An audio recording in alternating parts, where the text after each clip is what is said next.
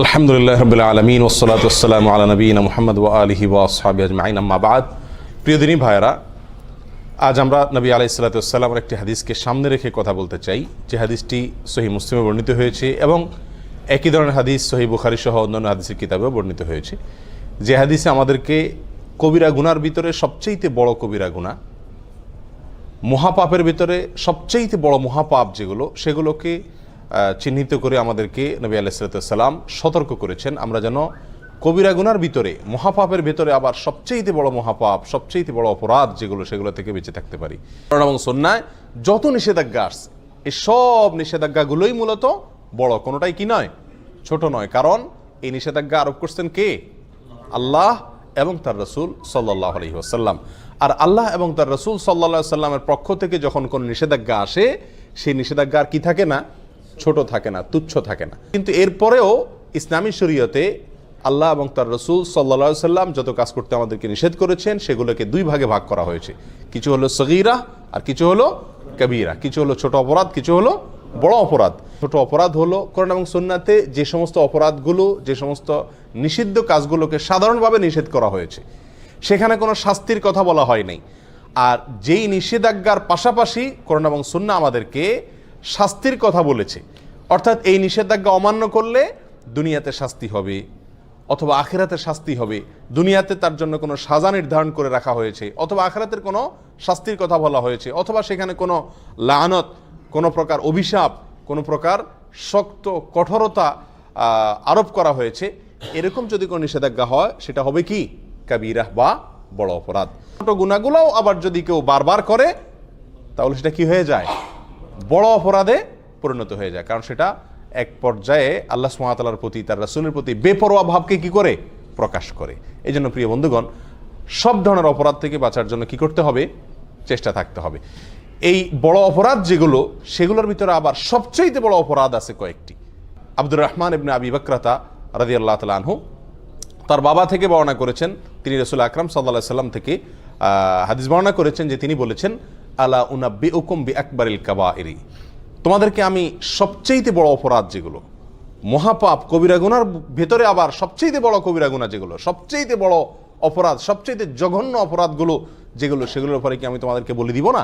সেগুলো হলো তিনটি। আল ইশরাকু বিল্লাহ, এক নম্বর হলো আল্লাহর সঙ্গে শিরক করা। আল্লাহর সঙ্গে কি করা? শিরক করা। এর চাইতে বড় অপরাধ আল্লাহর জমিনে আল্লাহ সুবহানাহু ওয়া তাআলা আর সৃষ্টি করেননি। আর কোনো অপরাধ নাই যে অপরাধ শিরকের চাইতে বড়। প্রিয় বন্ধু, আমরা অজান্তে, অগোচরে, না বুঝে আমরা অবলীলায় কিন্তু অনেক ধরনের শিরক আমরা করে যাচ্ছি। দুই প্রকারের শিরক আছে, একটা হলো বড় শিরক আর একটা হলো ছোট শিরক। বড় শিরক কোনগুলো? বড় শিরক হলো এমন শিরক যে শিরকের ফলে মানুষ ইসলাম থেকে কি হয়ে যায়? বের হয়ে যায়।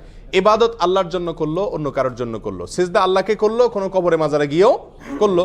দোয়া, এটা ইবাদত, এটা আল্লাহর কাছে করলো, আবার কোনো মাজারওয়ালার কাছে গিয়ে সেখানেও চাইলো, সেখানেও দোয়া করলো, সেখান থেকে সন্তান চাইলো, ব্যবসা উন্নতি চাইলো, রাজনীতির উন্নতি চাইলো। এই সবগুলা বড় শিরক। এর ফলে মানুষ কি থেকে খারিজ হয়? ইসলাম থেকে খারিজ হয়ে যায়, বেঈমান হয়ে যায়। এটা হলো বড় শিরক। এই বড় শিরক আল্লাহ তাআলা মাফ করেন না। আল্লাহ বলেছেন, ইন্নাল্লাহা লা ইয়াগফিরু আন ইউশরাকা বিহি ওয়া ইয়াগফিরু মা দুনা যালিকা লিমান ইয়াশা।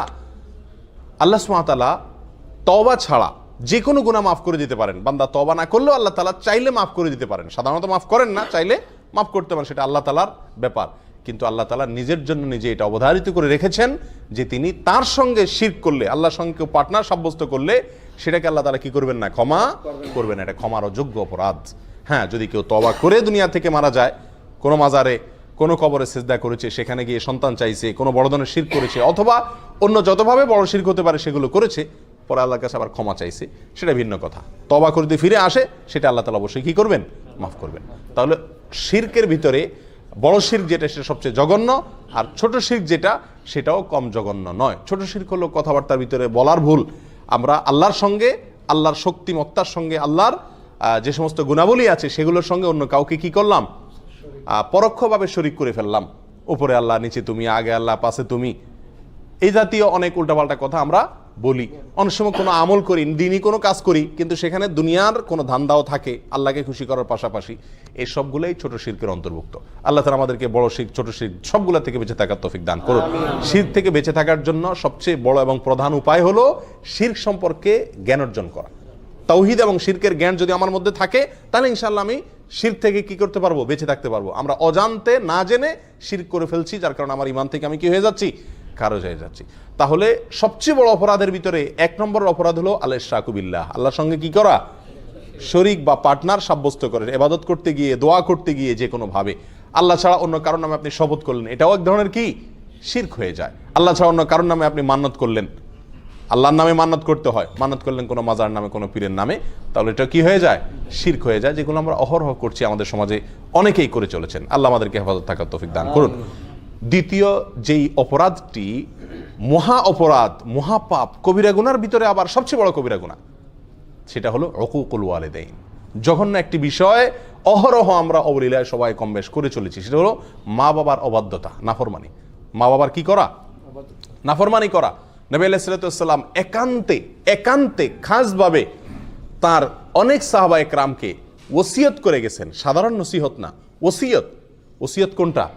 মৃত্যুর আগ মুহূর্তে মানুষ একেবারে মনের গভীর থেকে হৃদয় নিংড়ানো যে তপ্ত আহ্বান রেখে যায়, বাবা এই জিনিসটা করিও না, এটা করিও, এইগুলোকে বলা হয় সাধারণত কি?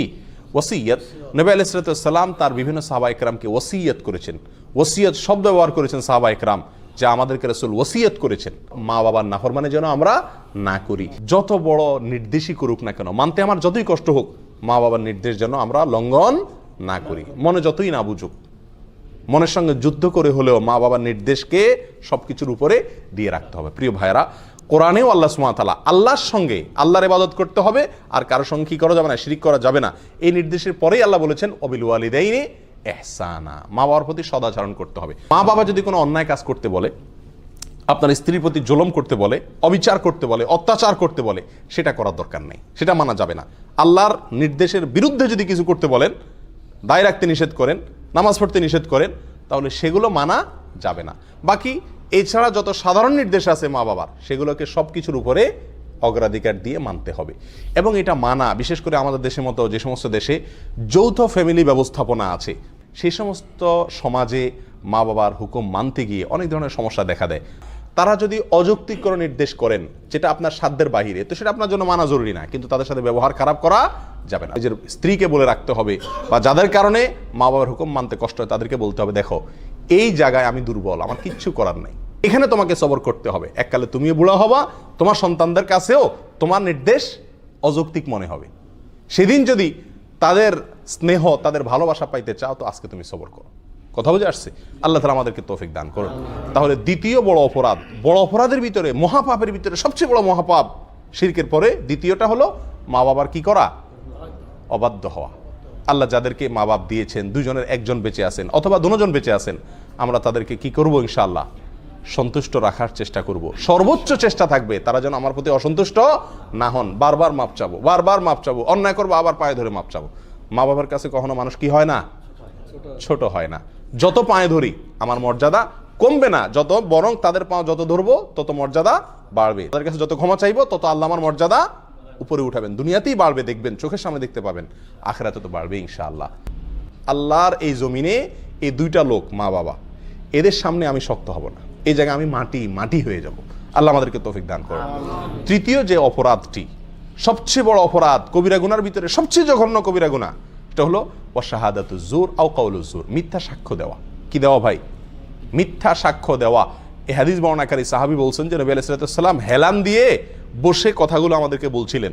এই তৃতীয় নম্বর পয়েন্টটা বলতে গিয়ে নবী আলাইহিস সালাম হেলান থেকে উঠে বসলেন সোজা হয়ে, আর বারবার বলতেছিলেন ওয়াশাহাদাতুজ জুর, ওয়াশাহাদাতুজ জুর, ওয়াশাহাদাতুজ জুর। এতবার তিনি বলতেছিলেন, আমরা তখন মন থেকে চাইছিলাম যে রাসূল যেন একটু থামে, আর কত বলবে, অর্থাৎ বিষয়টা আমাদের উপরে অনেক কঠিন হয়ে যাচ্ছে। এত বারবার তিনি বলছিলেন। মিথ্যা সাক্ষ্য দেওয়া অপরাধ সমূহের ভিতরে, কবিরা গুনার ভিতরে এটা অনেক বড় মাপের কবিরা গুনাহ। এখন আপনারা কেউ বলবেন যে মিথ্যা সাক্ষ্য দেওয়া এটা তো আমাদের জীবনে খুব, এই পরিস্থিতির সম্মুখীন আমরা খুব কম হই। সাক্ষী দেওয়া এটা তো আদালতে হয় সাধারণত, আদালতে অনেকে আছে আমরা জীবনে একবারও যাই না, বেশিরভাগ লোক যাই নেই। তাহলে মিথ্যা সাক্ষ্য দেওয়ার এই বিষয়টা থেকে তো আলহামদুলিল্লাহ আমরা মুক্ত না ভাই। বহু ক্ষেত্রে আমরা মিথ্যা সাক্ষ্য দিয়ে থাকি নিজের অজান্তে, আমরা জানি না যে এটা মিথ্যা সাক্ষ্য হয়ে যায়। যেমন আপনাকে কেউ জিজ্ঞাসা করলো ভাই লোকটা কেমন, হয়তো সে তাকে চাকরিতে নিবে বা তার সাথে কোনো লেনদেন করবে, আপনার সঙ্গে হয়তো তার দোস্তি আছে, আপনি বলে দিলেন না তার মতো মানুষ হয় না, অথচ লোকটা সুবিধার না। অথবা আপনার সঙ্গে তার শত্রুতা আছে, লোকটা কিন্তু ভালো, আপনি বলে দিলেন না সে কি মানুষ নাকি, মানুষের জাতও না। এটা কি দিলেন আপনি? মিথ্যা সাক্ষী দিলেন। কথা বোঝাতে পারছি? আমাদের দেশে, গ্রাম দেশে জিনিসগুলো বেশি হয়, শহরেও কম বেশ হয়। বিয়ে শাদী উপলক্ষে হয়তো কেউ মেয়ে দেখতে আসছে দূর থেকে কোনো গ্রামে, অথবা ছেলে দেখতে আসছে, তো জিজ্ঞাসা করলো আপনাকে যে মেয়েটা কেমন ভাই, ছেলেটা কেমন ভাই। তো আপনার সাথে সম্পর্ক যদি ভালো থাকে, তত ব্যাড রেকর্ডই থাকুক তাদের, আপনি বলে দেন কি আরে ভাই এ তো হাজারে একটা, মাশাআল্লাহ। আর যদি আপনার সাথে সম্পর্ক খারাপ থাকে তখন বলে দেন কি, যত ভালোই হোক বলে দি ভাই আপনি যেমনি আসছেন তাড়াতাড়ি সরেন ভাই, আল্লাহ বাঁচাইছে, আমার জিজ্ঞেস করছেন আপনারা, একবারে দরা তো খাইছিলেন, এখন সর্বনাশ, হাই হাই আর জায়গা পান নাই আপনারা। এই সমস্ত কথা আমরা বলি কি বলি না? এগুলো সব কি মিথ্যা সাক্ষী দেওয়া। লোকটা ভালো বা মন্দ, যেমন আমি যতটুকু জানি ততটুকু বলতে হবে, তার সাথে আমার সম্পর্ক যাই থাকুক না কেন, না হলে সব কি হয়ে যাবে, মিথ্যা সাক্ষ্য হয়ে যাবে। মিথ্যা সাক্ষ্যের আরো বহু চিত্র আমাদের সমাজে কম বেশ আছে। ছোটখাটো বেজালে, গন্ডগোলে, ফাসাদে, মারামারিতে, ঝগড়াঝাটিতে, বিচার অথবা মানে বিচারের মতো কোনো সালিশি যদি হয় বা এই জাতীয় কোনো মিউচুয়াল হয়, তো সেখানেও দেখা যায় আমি প্রত্যক্ষদর্শী, অনেক সময় আমি সাক্ষী দিতে চাই না, সাক্ষ্য দিতে চাই না। সাক্ষ্য দিতে না চাওয়া এটা একটা অপরাধ, আর মিথ্যা সাক্ষ্য দেওয়া, সাক্ষী দেওয়া এটা কি অপরাধের ভিতরে, বড় অপরাধের ভিতরে মহা বড় অপরাধ। আল্লাহ তাআলা আমাদেরকে এই তিনও মহা বড় অপরাধ থেকে বেঁচে থাকার তৌফিক দান করুন। এরকম আরো বেশ কয়েকটা অপরাধকেও মহা বড় অপরাধ হিসাবে অন্যান্য হাদিসে সাব্যস্ত করা হয়েছে, শামিল করা হয়েছে। তার ভিতরে একটা হলো জেনা করা, মানুষ হত্যা করা। আজকাল যে আমরা ভ্রূণ হত্যা করি, এটাকেও কোনো কোনো জায়গায় এরকম মস্ত বড় অপরাধ বা মহা বড় অপরাধ হিসাবে সাব্যস্ত করা হয়েছে। ভ্রূণ হত্যা অর্থাৎ সন্তান গর্ভে আসছে, আপনি সেখান থেকে কী করলেন, হত্যা করে দিলেন ওষুধ দিয়া অথবা বিভিন্ন প্রসেসের মাধ্যমে। এগুলো সবগুলো বড় অপরাধ।